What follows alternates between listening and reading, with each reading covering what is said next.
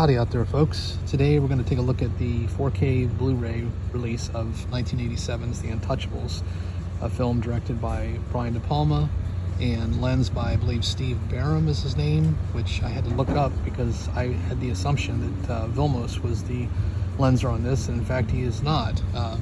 This other gentleman who did the cinematography, though, has an incredible career in his own right, having lensed Mission Impossible, some of Francis Ford Coppola's films, Outsiders and Rumblefish, among others.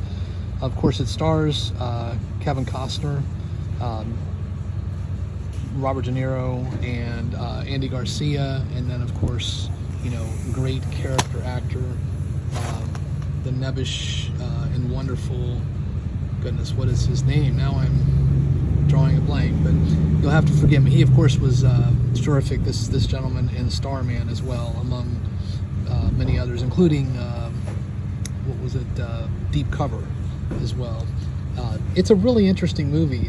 Apparently it was scripted by David Mamet, and it was during a time where De Palma had, not been doing so well with his films, and he was looking for a hit, quite frankly.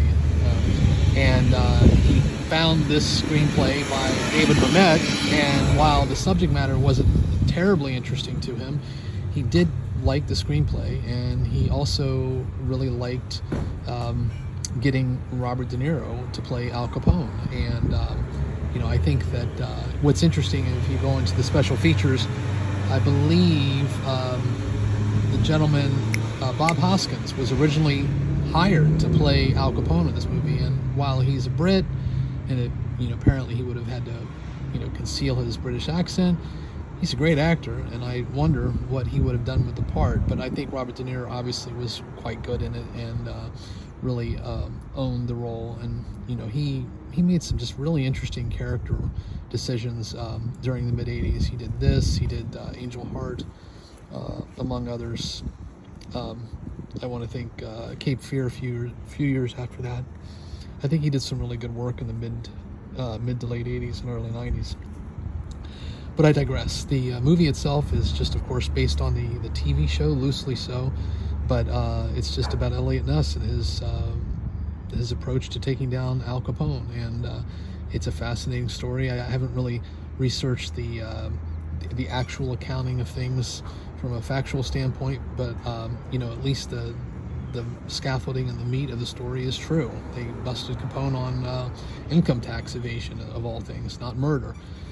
But I think that one thing I'll say is Kevin Costner isn't great in this. You can tell he was still sort of finding his own footing, and I do think he's a pretty good actor nowadays, but this was a movie where it was clear that his sort of look was what they were going after. And it's not as though he was horrible, but there were just moments in the film where you thought, well, that take could have been better.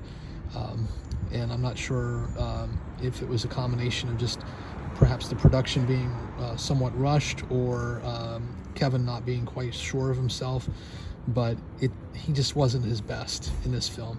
But even still, you've got Sean Connery, who did a terrific job, and he really anchors the film, quite frankly. And I believe he got a Best Supporting Actor Oscar for his part as the veteran officer Jimmy Malone. And then, of course, here we are. Charles Martin Smith is the fourth person of The Untouchables, and just a great character actor. So I think the cast in general, as an ensemble, works great, despite Kevin Costner's somewhat weak performance.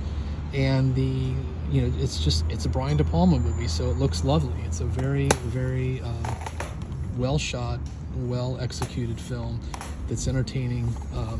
I enjoyed it quite a bit, and I will say that this 4K release just looks fantastic. They really did a good job restoring the film, and it basically looks like a new movie, which is a common refrain that I kind of utter in my reviews of these older films. But when they've done them right, you'll see that it really is almost like the movie was brought back to life. So again, definitely a very, very worthy pickup. I got this for $10, and it's absolutely worth that. Has some good special features, and again, just a very entertaining film. Highly recommend. So on that note, until that next time, whenever it shall be, please stay safe, be kind, and keep watching good cinema.